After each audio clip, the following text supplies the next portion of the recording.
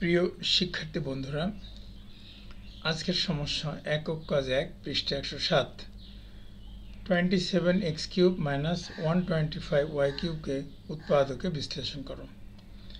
দেখো আমরা সমস্যাটা কিভাবে সমাধান করতে পারি।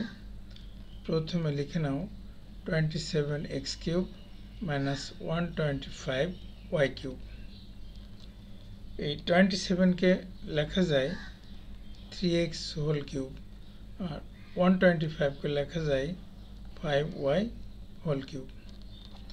এখন আমি এখানে একটা সূত্র দিচ্ছি, সেই সূত্রটা হচ্ছে এরকম যে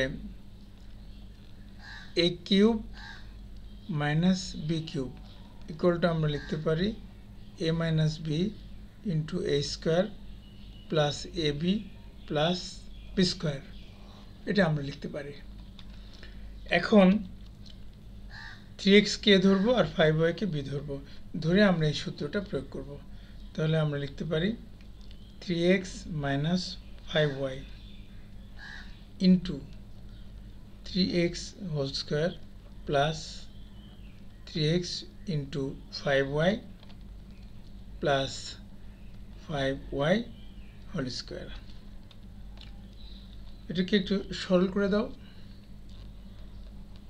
3x - 5y equal to 9x² plus 15xy plus 25y²। এটাই আমাদের নির্ণয় উৎপাদক।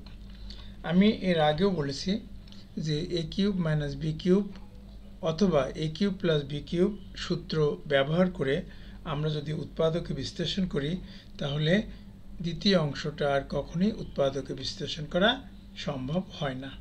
এটা তোমরা মনে রাখার চেষ্টা করবা।